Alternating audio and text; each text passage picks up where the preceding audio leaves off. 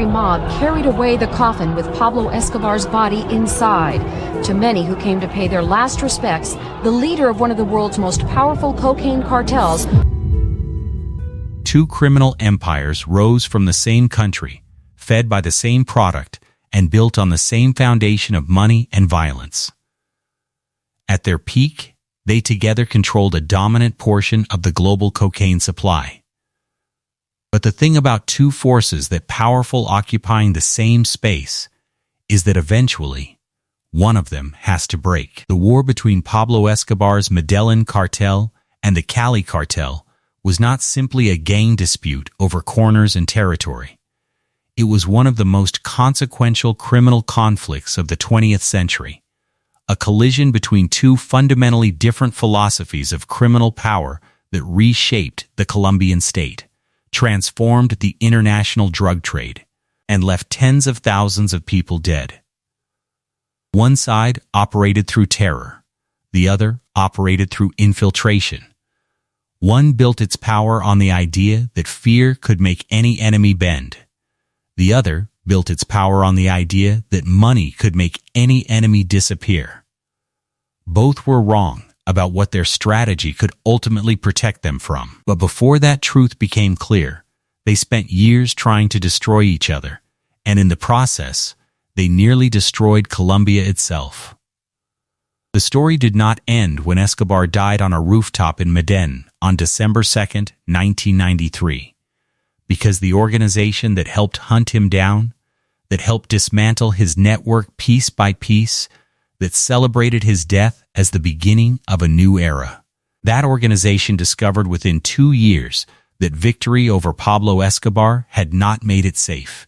It had only made it the next target. But before we get into the end game, we need to understand how we got there. And to understand that, we need to start at the beginning, with the man who, more than anyone else, turned the word Medellín into a global symbol of narco-terror. Pablo Emilio Escobar Gaviria was born in 1949 in Rio Negro, Antioquia, and grew up in the working-class neighborhoods surrounding Medellín. His criminal career began early.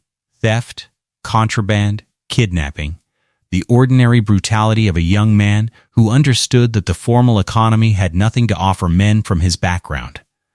He moved stolen goods. He extorted. He built relationships with other young men who saw the same opportunities in lawlessness that legitimate society had denied them. By the late 1970s, he had identified cocaine as the vehicle for everything he wanted: wealth, power, and a status that the Colombian elite had always denied men like him. He was not simply an entrepreneur who stumbled into the drug trade. He was a man with a vision of himself as a figure of historic importance, and cocaine was the instrument through which he intended to realize it. What made Escobar genuinely different from the criminal figures who came before him was not the scale of his trafficking operations, though that scale was staggering. It was his understanding that trafficking was a political problem as much as a logistical one. He understood that the real obstacle to his ambitions was not the difficulty of moving cocaine across international borders. His organization solved those problems with money, creativity, and the corruption of border officials, pilots, port workers, and customs agents. The real obstacle was the state. Judges who might convict him, politicians who might legislate against him, the United States, which wanted him extradited, the press, which might expose him. Escobar's strategic genius, if you can call it that, was his early recognition that the cocaine business was inseparable from politics, and that criminal power at his level required political power to sustain it. The Medellín cartel that Escobar built alongside partners like the Ochoa family and Carlos Leader was not a franchise or a loosely connected network. It was a centralized enterprise with Escobar at its head, and it operated on a principle that was as simple as it was devastating. Those who could be bought would be bought. Those who could not be bought would be killed. The phrase plata o plomo, silver or lead, was not a catchphrase invented for television. It was the actual operating philosophy of an organization that had enough money to corrupt entire government agencies and enough violence to kill anyone it could not corrupt. Judges, politicians, police officers, journalists, witnesses. The list of people Escobar's organization murdered includes a justice minister, a presidential candidate, a governor, and hundreds of police officers who made the mistake of taking their oaths seriously. The scale of the wealth Escobar's organization generated was, by any measure, almost incomprehensible. At the height of the cartel's power in the mid-1980s, the organization was reportedly shipping 15 tons of cocaine into the United States every day. The money flowing back into Colombia was so vast that the cartel reportedly spent tens of thousands of dollars each month on rubber bands to hold the cash together. There were logistics problems that other businesses have never had to solve. The problem of having so much physical currency that it could not be counted fast enough, stored safely enough, or moved quickly enough through any available financial system. The Medellin cartel's financial operations became almost as complex as its trafficking operations, involving networks of money launderers, front businesses, real estate purchases, and offshore accounts across multiple countries. But here is what distinguishes Escobar from simply being a violent criminal. He also wanted legitimacy. He wanted political power in a form that went beyond buying it. He ran for the Colombian Congress in the early 1980s and briefly won a seat before political opponents challenged his eligibility and had him removed. He funded public housing projects in Medellin's poorest neighborhoods and built football pitches for communities that had never received investment from the state or private business. He cultivated a popular image that complicated the public's relationship with him. The narco as benefactor, the criminal as provider, the outlaw as the only person who cared about the forgotten poor. When the Colombian government began pursuing extradition agreements with the United States, Escobar launched a campaign of terror specifically designed to frighten the political establishment into abandoning the policy. This was not simply self-preservation.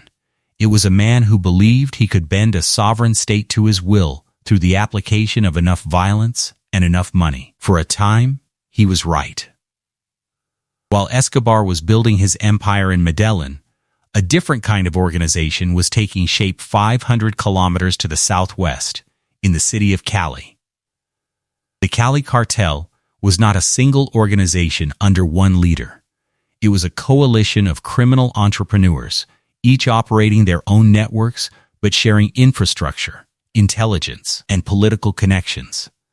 The dominant figures were brothers Gilberto and Miguel Rodriguez Orihuela, along with Jose Santa Cruz Landu and Helmer Herrera, known as Pacho Herrera. Each of these men ran their own operations, but the organization they collectively built became, according to the DIA administrator at the time, the most powerful criminal organization in the world. The DIA chief Thomas Constantine described it as the biggest, most powerful crime syndicate the agency had ever known. Gilberto Rodriguez Orihuela earned the nickname El Ajedrecista, the chess player, for a reason. He thought several moves ahead. He invested in banks, pharmacies, legitimate businesses, and political campaigns. He cultivated relationships with politicians, lawyers, and businessmen. He preferred corruption to confrontation. He wanted the Cali organization to look like it belonged to the fabric of Colombian commercial life, not like an armed insurgency waging war against the state. The Cali Cartel invested heavily in the Drogas La Rebaja pharmacy chain, in radio stations, in legitimate agricultural operations, and in financial institutions. Gilberto Rodriguez Orihuela secured a position on the board of the Banco de Trabajadores, allowing the cartel to channel narco dollars through a nominally legitimate financial institution. The sophistication of the money laundering operation was, at the time, virtually unprecedented in organized crime. That preference for quiet influence over visible terror was not moral restraint. It was strategic calculation. The chess player understood that a criminal organization that keeps the government at war is a criminal organization that eventually loses. He wanted to be seen as a businessman, not a terrorist. He wanted the organizational infrastructure around the cocaine trade to function within the normal landscape of Colombian commercial and political life, invisible to anyone who was not specifically looking for it. Miguel Rodriguez Orihuela was more operationally focused, managing the day-to-day mechanics of the trafficking empire. He was the hands-on administrator to Gilberto's strategist, ensuring that the logistics of the cocaine business, the laboratories, the transportation networks, the distribution relationships, functioned with the kind of reliability that a successful business requires. Where Gilberto cultivated the political and financial side of the operation, Miguel managed the machinery that actually moved the product. Santa Cruz Landu, called El Chepe, was responsible for significant parts of the organization's network in New York, where Cali established a powerful distribution presence through the 1970s and 1980s. His New York operation was reportedly one of the most sophisticated cocaine distribution systems the city had ever seen, involving corrupt officials, legitimate business fronts, and carefully managed transportation networks that kept product moving while minimizing exposure. Santa Cruz's reputation within the organization was that of a man capable of ordering extreme violence when circumstances required, while also managing the complex logistics of transnational distribution. And Pacho Herrera, the youngest and most openly aggressive of the major leaders, would become the most direct personal antagonist in the conflict with Escobar. His rivalry with Medellín was not simply organizational. It was personal. The animosity between Herrera and Escobar represented a specific kind of criminal enmity that goes beyond business calculation, the kind that becomes about pride, reputation, and the determination that the other side must be destroyed rather than accommodated. The relationship between Medellín and Cali was not always adversarial. Through the late 1970s and early 1980s, the two organizations shared a common interest in moving cocaine through the same basic international pipeline, and there were periods of cooperation and coordination. They divided territory. They occasionally worked together on shared logistical challenges. The cocaine boom was generating so much money that the market appeared large enough for multiple major players, and the practical benefits of not fighting a war with another powerful criminal organization provided a mutual incentive to maintain a workable relationship. The cooperation was never warm. These were organizations built around self-interest and survival, but it was functional. The fundamental problem was that Escobar and the Cali leadership had incompatible visions of how power should be exercised. Escobar wanted to dominate. He wanted acknowledgement of his supremacy. He wanted everyone, rivals, government, international agencies, to understand that challenging him had consequences. The Cali organization wanted to operate. It wanted influence without provocation, wealth without attention, and power without the kind of international response that Escobar's terrorism kept generating. These were not merely different temperaments. They were different strategies with different vulnerabilities, and eventually, those differences made coexistence impossible. The tensions escalated through disagreements over territory and trafficking networks that had been building for years beneath the surface of their functional relationship. Control over distribution corridors in the United States, particularly on the West Coast, became a major and ultimately irresolvable point of contention. Medellín and Cali had competing interests in Los Angeles, and the competition created incidents that generated grievances that neither side was inclined to forgive. When personal rivalries intensified, particularly the deep and lasting hostility between Pacho Herrera and Escobar, the conflict stopped being merely organizational and became personal. And once it became personal, the normal calculations of criminal business, profit, risk, compromise, no longer applied in the same way. The spark that turned rivalry into open warfare arrived in the early morning darkness of January 13, 1988. A car packed with dynamite exploded outside the Monaco apartment building in El Poblado, one of Medellin's most exclusive neighborhoods. The building was where Escobar's wife and children were staying. Escobar himself was not present. His daughter Manuela suffered permanent hearing damage from the force of the blast. 3 people were killed and at least 10 wounded. The surrounding neighborhood was devastated across a 4-block radius. Escobar's reaction was not grief. It was cold fury of the kind that came from a man who had built his entire reputation on the principle that he could not be touched. Someone had just tried to kill his family. In his apartment. In his city.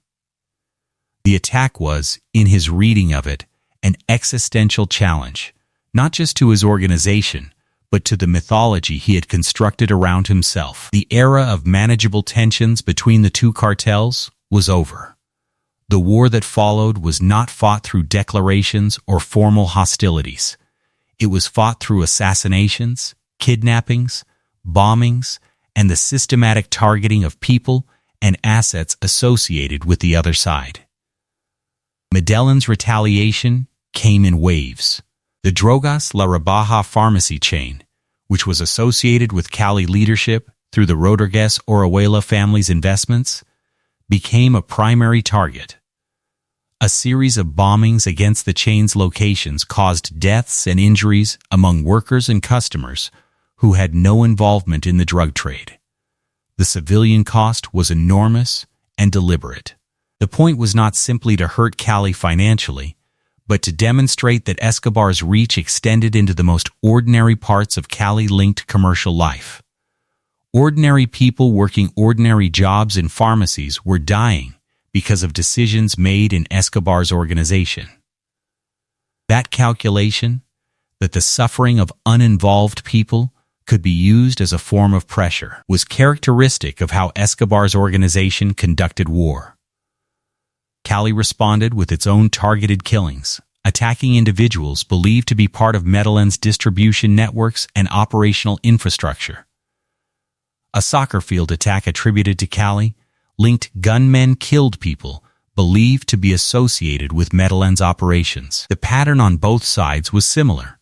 Identify the people who support the rival organization in any capacity, from management down to ordinary workers, and make their association with that organization as dangerous as possible.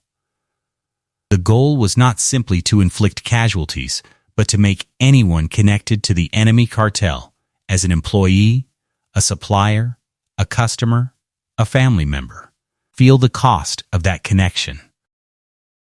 Between the 2 cartels, hundreds of people died. Cartel members, their associates, their employees, and civilians who simply occupied the wrong space at the wrong moment. The violence was not random, but it produced randomness in its effects. A bomb placed to target a specific building exploded at a time when bystanders were present. A killing squad sent to a specific address struck people who happened to be there.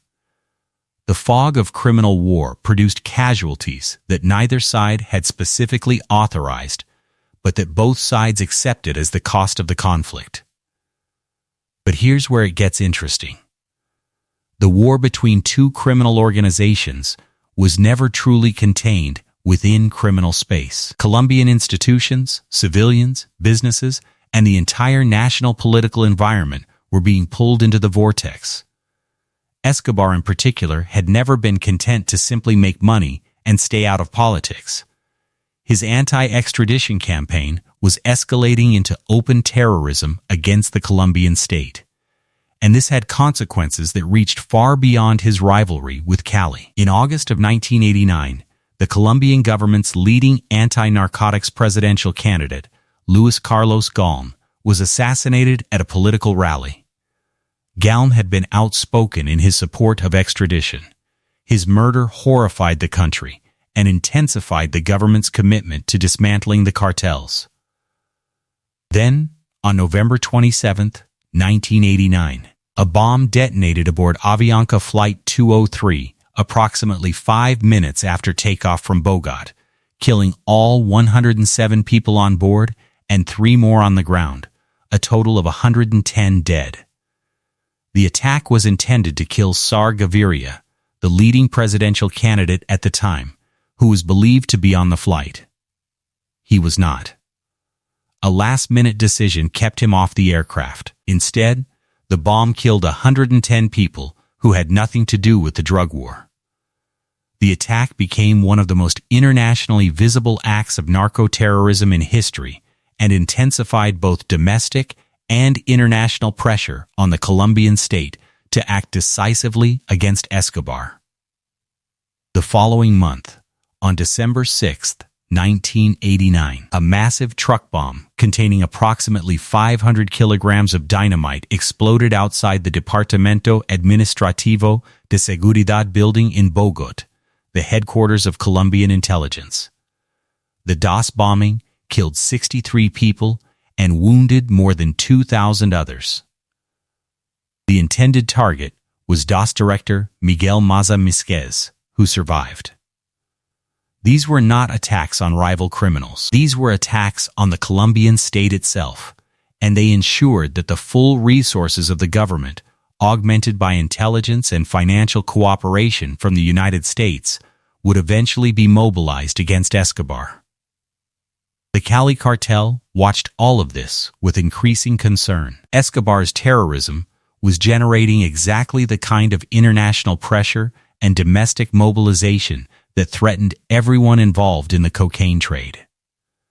The more chaotic and visible Escobar's war against the state became, the more scrutiny was directed at Colombia, at trafficking networks, at financial flows, and at the structures that allowed the drug trade to function. Cali wanted to continue making billions of dollars annually.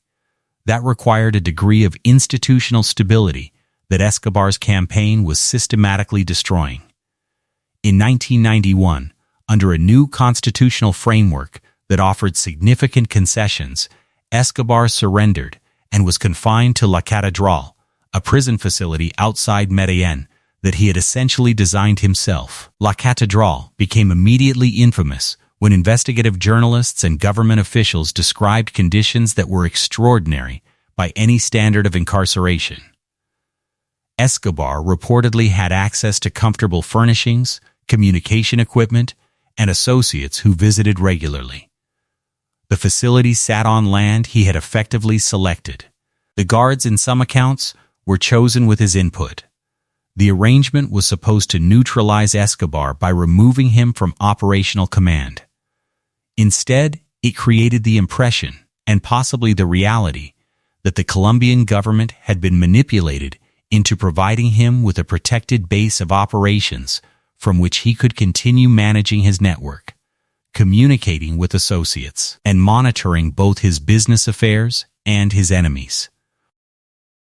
The specific incident that ended the La Catedral arrangement was the reported execution of 2 Medellín associates, Fernando Galeano and Gerardo Moncada, inside the facility.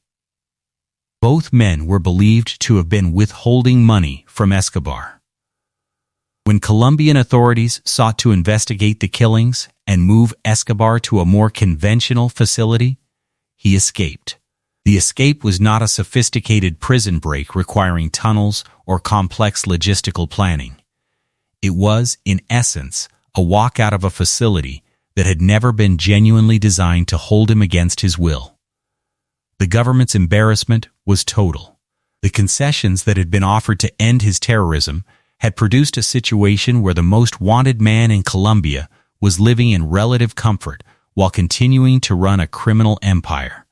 And now, he was free, moving through Medellín with the full knowledge of his enemies closing around him. The government reactivated the search block immediately and escalated its operations. But Escobar's enemies also recognized that the moment of maximum vulnerability had arrived. An Escobar who had been protected by the walls of La Catedral and by the legal concessions surrounding his surrender was theoretically harder to reach than an Escobar who was on the run, moving through rented properties, communicating by radio, and dependent on a network of loyalists whose commitment was already being tested by pressure from multiple directions. In late 1992, a new coalition emerged that called itself Los Pepes, an acronym for Perseguidos por Pablo Escobar, or People Persecuted by Pablo Escobar. The organization was complex and controversial from the moment it appeared. It included former Medellín associates who had broken with Escobar, individuals connected to right-wing paramilitary networks, and people with documented ties to the Cali Cartel. Among the figures most closely associated with Los Pepes were Fidel Castalgel, a powerful paramilitary leader, and associates who had previously been part of the Medellín network before turning against its boss. The Cali leadership's financial and intelligence contribution to Los Pepes has been documented and acknowledged by multiple investigators and participants. Cali provided money, logistical support, and crucially, intelligence about Medellín's networks that it had accumulated over years of operating in the same criminal landscape. Los Pepes publicly claimed to be a victims organization, retaliating against a man who had terrorized Colombia for years. In reality, it operated as a systematic assassination and destruction campaign, targeting Escobar's financial networks, his lawyers, his associates, his family members, and his properties. The campaign was extraordinarily effective because it targeted the things that made Escobar powerful rather than Escobar himself directly. Properties associated with his organization were burned. People who worked with his organization were killed or disappeared. Lawyers who represented him were murdered, a tactic that had the dual effect of eliminating people who had access to sensitive information about the organization and making any future legal defense of Escobar's network dramatically more difficult. Safe houses were identified and destroyed. The financial infrastructure that allowed the organization to function was systematically attacked. The relationship between Los Pepes and official Colombian and American law enforcement has been debated and investigated for decades. U.S. intelligence agencies were involved in Colombia during this period through various counter-narcotics programs. Colombian law enforcement was pursuing Escobar through the search block, and Los Pepes was simultaneously pursuing the same target through very different means, one operating within the law, the other operating entirely outside it. Evidence has emerged over the years suggesting that intelligence may have moved between the official and unofficial operations, though the exact nature and authorization of any such exchange remains historically disputed and contested. What is not disputed is that Los Pepes was responsible for the deaths of more than 60 people connected to Escobar's network in the period between its formation and his death, and that its campaign significantly accelerated the collapse of the organizational structures that had protected him. The ethical and legal questions surrounding Los Pepes remain unresolved in important ways. Whether official government agencies in Colombia or the United States deliberately channeled operational information to an illegal assassination squad is a question that serious investigative journalism has pursued without producing a definitive answer. What is clear is that Los Pepes and the search block were pursuing the same objectives simultaneously, that both achieved results that neither might have achieved independently, and that the boundaries between official law enforcement and organized criminal retaliation in the final hunt for Escobar were at minimum blurred and at maximum non-existent. By 1993, the net was tightening. Escobar's safe houses were being identified and raided. His financial resources were under pressure. His communications were monitored. Associates who might have protected him were being killed or arrested. The man who had once seemed to operate from behind an impenetrable wall of wealth and violence was now cycling through cheap rented properties in Medellín, moving from location to location. Communicating by radio, knowing each transmission risked giving away his position. His greatest vulnerability turned out to be the most human one. He called his family. On December 2, 1993, search block units traced a radio transmission to a house in the Los Olivos neighborhood of Medellín. Escobar was found and killed on a rooftop after attempting to flee. He was shot multiple times, including a fatal wound to the head. The exact identity of who fired the killing shot remains disputed, with competing accounts from security forces and other theories never definitively resolved. What the historical record confirms is that Colombian security forces killed Pablo Escobar on that date, ending one of the most destructive individual criminal careers in modern history. The aftermath was not simply the end of Medellín, it was the beginning of Cali's moment. With Escobar gone, the Cali Cartel emerged as the dominant cocaine trafficking organization in the world. By the mid-1990s, according to the U.S. Drug Enforcement Administration, the Cali organization controlled approximately 80% of the global cocaine market. The chess player and his partners had achieved what years of direct conflict had not quite secured: undisputed supremacy in the most lucrative illegal business on earth. The organization was reportedly generating approximately $7 billion annually in revenue from the United States alone by 1996. The scale of the financial operation was staggering even by the standards of Medellín's peak years. For a brief moment, it appeared that the Cali strategy had vindicated itself completely. The organization had survived Escobar. Its leaders retained their wealth. Its networks remained operational internationally. Its political connections, while complicated, had not been severed. The cartel that had chosen infiltration over terrorism had outlasted the cartel that had chosen terror over everything else. The chess player's calculation had apparently been correct. But here's the thing, and this is the part the victory narrative misses entirely. The conditions that had protected Cali for years, Escobar's spectacular violence attracting the full attention of law enforcement while Cali operated quietly in the background, were gone. With Medellín destroyed, there was no larger, louder target to absorb international and domestic enforcement energy. Colombian authorities, the DEA, and U.S. prosecutors could now direct their full attention toward Cali.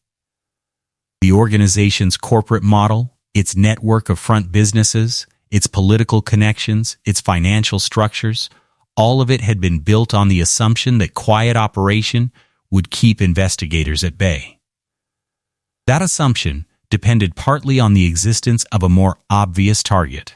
The moment that target was eliminated, Cali's relative invisibility dissolved. There was also the matter of the evidence trail.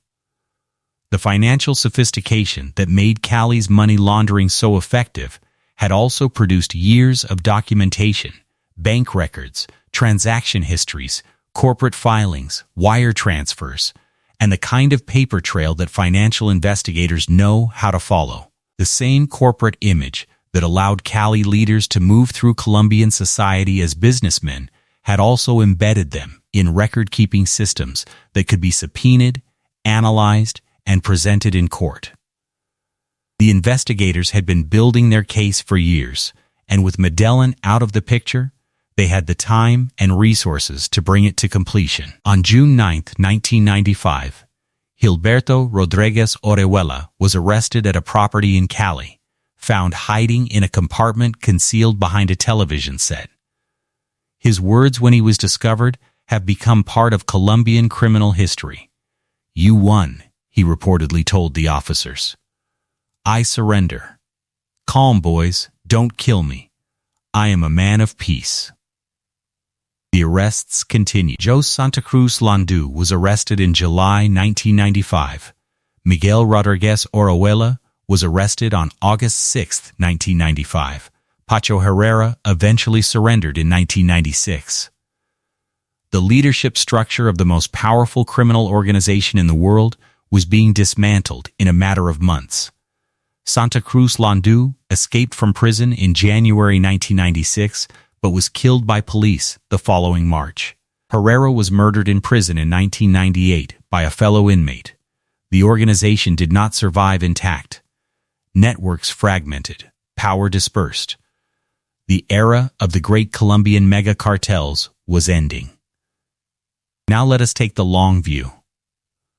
Because the collapse of both Medellín and Cali within the same decade raises the obvious question: if neither organization survived, who actually won? The answer requires understanding what the war was really about and what it actually produced.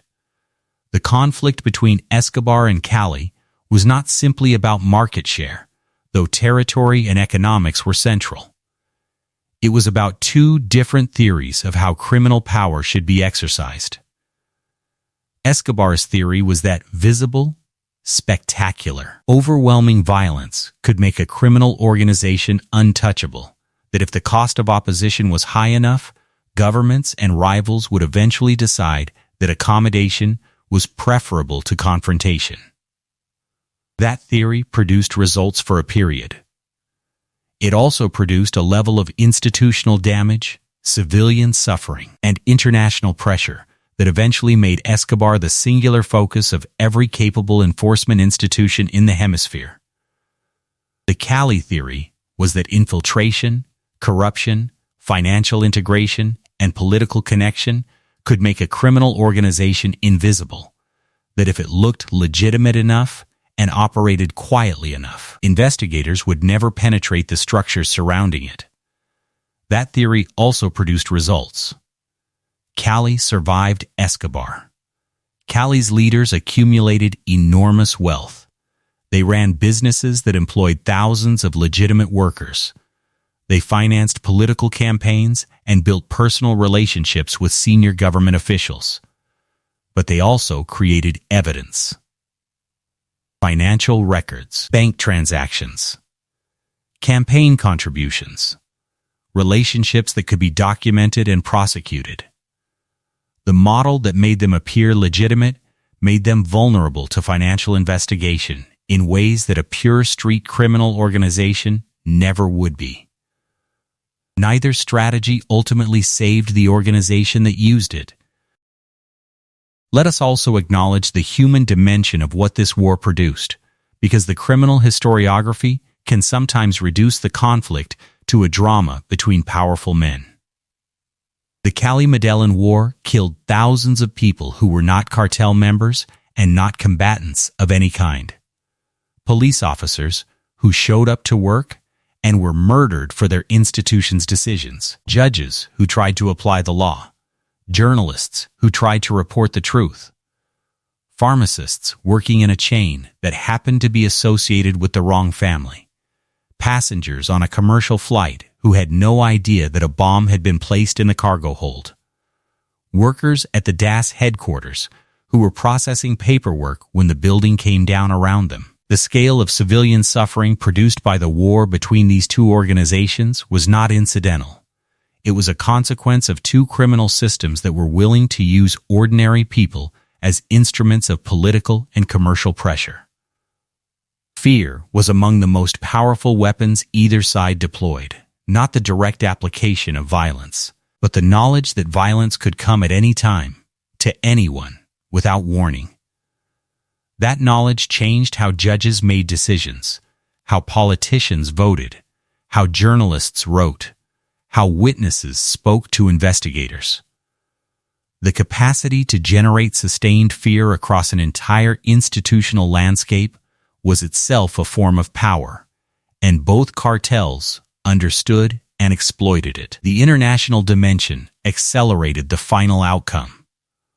American engagement in Colombia's counter-narcotics campaign brought resources, intelligence capabilities, and political pressure that the Colombian government could not have applied independently. The relationship was complicated. There were tensions over methodology, over jurisdiction, and over the actions of groups like Los Pepes that existed in a legal gray zone between official enforcement and criminal retaliation. But the general direction of American engagement was to intensify the pressure on both cartels, beginning with Medellín and moving to Cali, and that intensification was decisive in both cases. After both mega cartels collapsed, the cocaine trade did not end. This is one of the most important analytical points in the entire history. The destruction of Medellín and Cali did not eliminate the economic incentives that had created them. There was still enormous demand for cocaine in the United States and elsewhere. There were still producers, routes, infrastructure, and networks. What changed was the structure. The fragmentation of the major cartels produced a new landscape of smaller, more decentralized, more flexible organizations.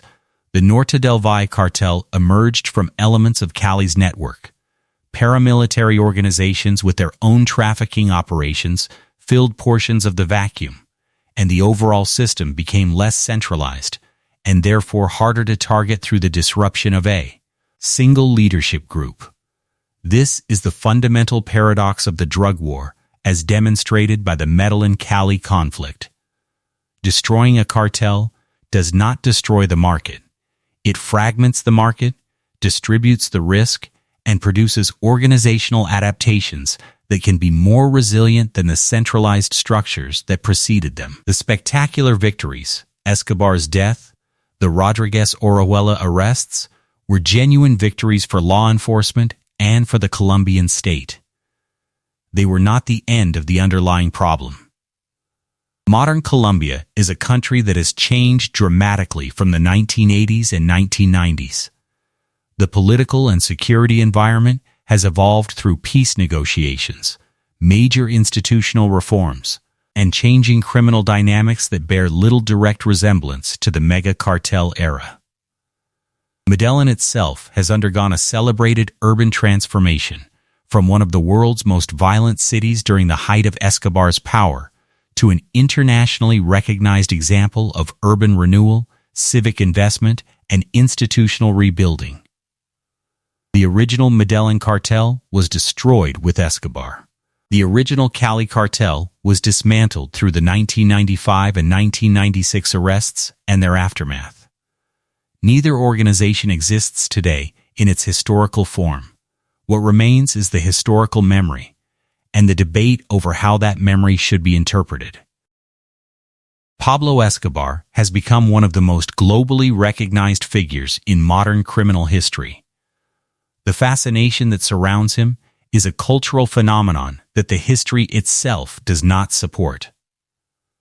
The real Escobar presided over an organization that murdered thousands of people, systematically destroyed Colombian public institutions, used terrorism as a political instrument, and left a trail of human suffering that outlasted his own life by decades. The romantic or admiring narratives that sometimes surround him in popular culture represent a profound distortion of what he actually was and what he actually did. The Cali Cartel is somewhat less mythologized, partly because its leaders made less noise, and partly because the corporate image they cultivated was less cinematically dramatic than Escobar's open war against the state. But the quieter method does not signify lesser harm.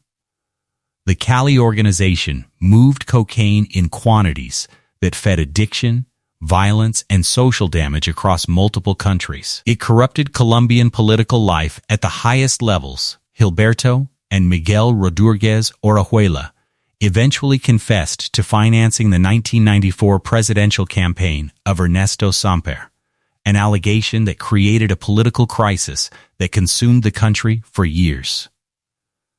The damage done by this kind of corruption is structural and lasting in ways that even visible violence sometimes is not. The war between Escobar and the Cali Cartel was ultimately not about which philosophy of criminal power was morally superior.